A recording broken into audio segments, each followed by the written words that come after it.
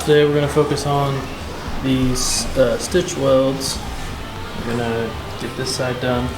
We're going to clean out all the body sealer and the seam sealer, and then get the brake booster and clutch master out of the way and all that, so I can get it all welded up and looking clean like this side.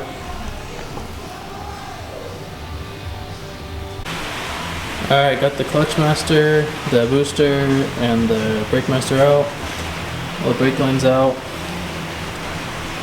Now it's time to just remove all the seam sealer and get to welding it.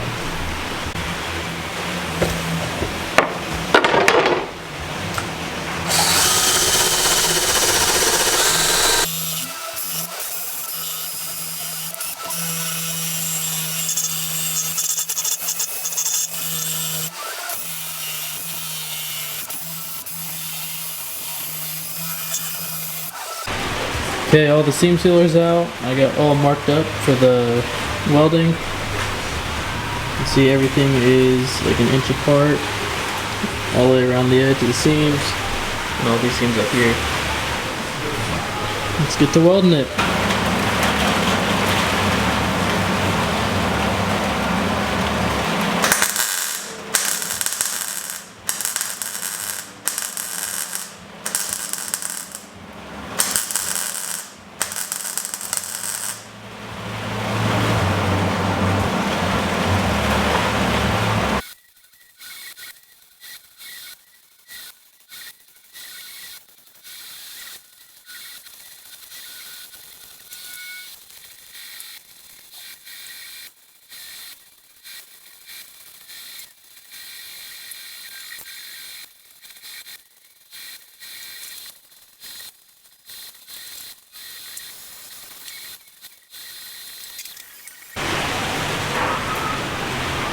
All stitch welded on this side, looking good.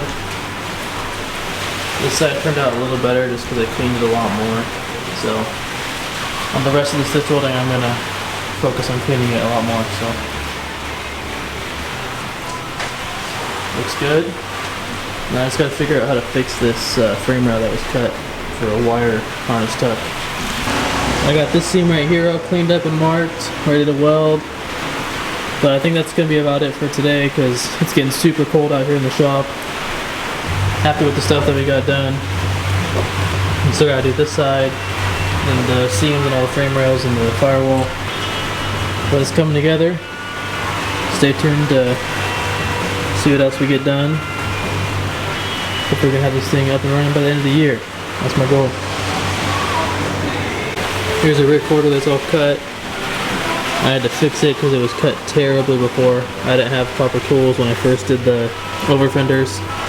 It was all cut up terribly. Here, I'll run around and show you the other side. So this side of the car had about 1/4 inch thick of Bondo over the whole quarter. Somebody replaced the quarter panel on this thing. And then I just started to hack this thing up to fit the over fenders. But I'm going to redo all this. Going to have it all welded up and done properly so it looks good. There's another view of the interior on this side.